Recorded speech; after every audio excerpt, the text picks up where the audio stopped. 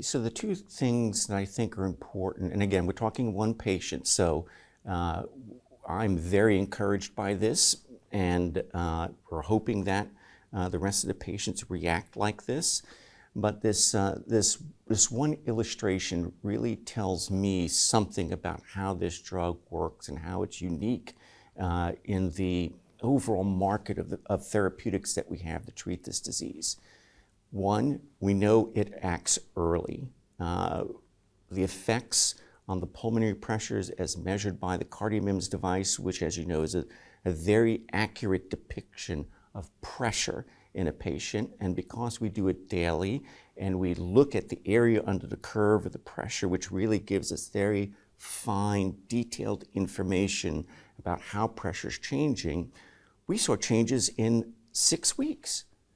That is really early and very different, in my opinion, from the other therapeutics that we have to treat pulmonary hypertension, which by the clinical trials take anywhere from 12 to 16 weeks to really kick in and to manifest an effect. In addition, the other important thing is this one patient was on triple therapy, standard doses, a good dose of a prostacyclin, stable doses for 90 days before entering the trial. So the maximum effect of these contemporary therapeutics was there. It was already present in that patient. And we added CS1, and we had a 30% reduction more in pressure. That's really something that's very important. It's telling me that this drug is going beyond what the current therapeutics are doing to remodel that vessel. And remember, remodeling is the new key concept that we're looking for in this disease state to treat patients.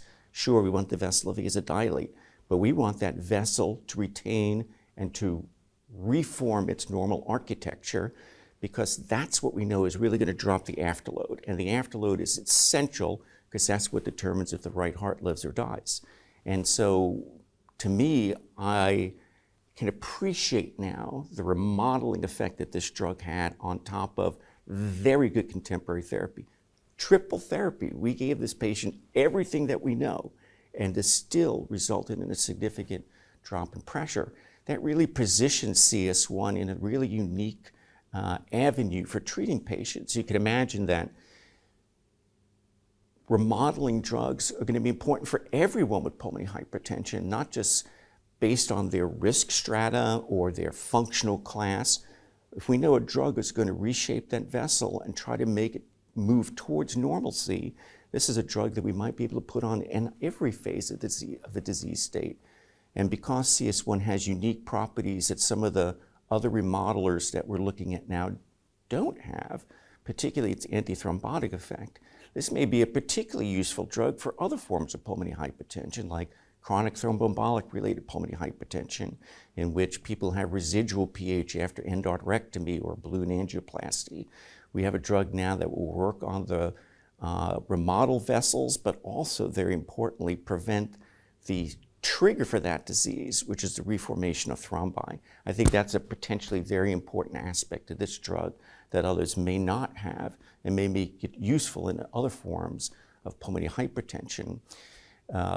The effect that the vessel that has on the arteries may also be on the veins. And that brings another important point, because we don't have a drug that restructures veins.